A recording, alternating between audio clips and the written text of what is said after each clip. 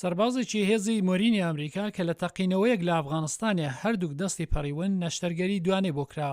جان پێک کە لە 2010دا بریندار بوو لە نەخۆشخانەی ژنان و بەریهام لا بۆستۆن لە مانگی ئاگۆستدا نەشتەرگەری پەیوەندی دەستی بۆ کرا کاتێک دەستەکانی کوڕێکی گەنج کە مرد بوو بۆ ئەو کارە ئامادە بوو. ئەو پەڕی هاوخەمی بۆ بنەماڵی خێرخوازرا دەگەێنم بۆ من بەگرفتە بزانم کە ئێوە ئێستا لە چه ئاستێکدان، بەڵام ئەوەتان پێ دەڵێم مەرگی کوڕی ئێوە هەروە بە خۆڕایی نابێت. هەر ڕۆژێک کە چاڵ دەستەکانمان دەکەم بۆ من وەک ئازارێک دەبێت هەرگیز تەسلیم نابم. نەشتەرگەریی چاردە کاتژمێری لەلایەن تیمێکی 6 نەشتەرگەر پەرستار و شارەزانی دیکەی تەکنیک بڕێوەچوو.